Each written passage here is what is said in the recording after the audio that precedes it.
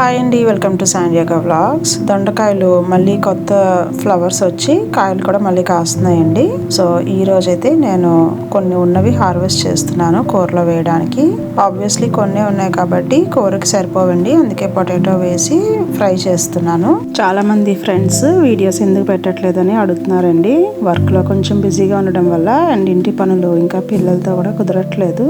అవి మనకి main priority కాబట్టి ఇది ఇంకా కొద్దిగా డిలే చేస్తున్నానండి. బట్ ఈరోజు కొంచెం టైం దొరికిందని మళ్ళీ ఎడిటింగ్ చేసి కొంచెం పోస్ట్ చేస్తున్నాను. గార్డెన్లోని ఒక కర్బూజా క్యాంటలూప్ కూడా వచ్చిందండి. బట్ యానిమల్ ఏదో తినేసింది అనమాట. నేను ముందే చూశాను, బట్ పండేక వద్దామని ఉంచాను, బట్ ఈ లోపల తినేసింది. ఇంక మిగిలింది నేను కాంపోస్ట్ లో వేసేస్తున్నాను. గార్డెన్ కూడా చిన్న పిల్లల్ని చూసుకున్నట్టు చూసుకోవాలండి. అది విత్తనం వేసిన దగ్గర నుంచి కాయ హార్వెస్ట్ చేసేంత వరకు కూడా మనం ఎవ్రీ డే చెక్ చేస్తూ ఉండాలి. మధ్యలో మనం కొద్దిగా బిజీ అశ్రద్ధ చేసినా కూడా ఇంకా పండు మనకు దక్కదు.